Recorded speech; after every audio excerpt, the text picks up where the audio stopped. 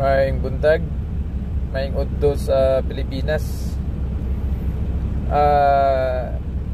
Base sa mga nangaraan nga mga OFW din sa Saudi, sa una wag daw na uso kanang mga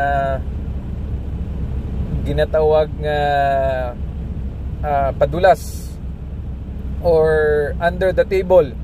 Kumbaga under the table, wag daw na nauso sa una. Pero for the past 3 years nauso na ang mga padulas din sa Saudi. Ang pangutana, kinsa ang naguna? Giyunhan sa mga Pinoy.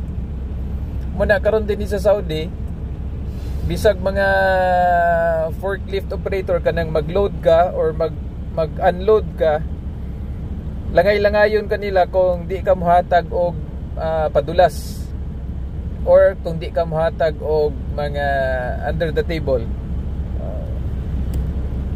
Okay, numdum ko or ma-relate po nako, is it part of corruption? Na pangutana diha, corruption bagyapon na di punta mo tingala ano ang Pilipinas considered na karon is sa usa sa mga pinaka-corrupt nga mga nasod. Terribly. What do you think?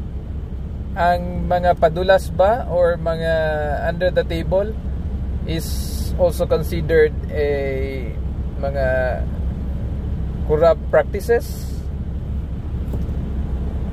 Kamurag yung nasaya na, pero sa ako murag digit sa mayo ana lang.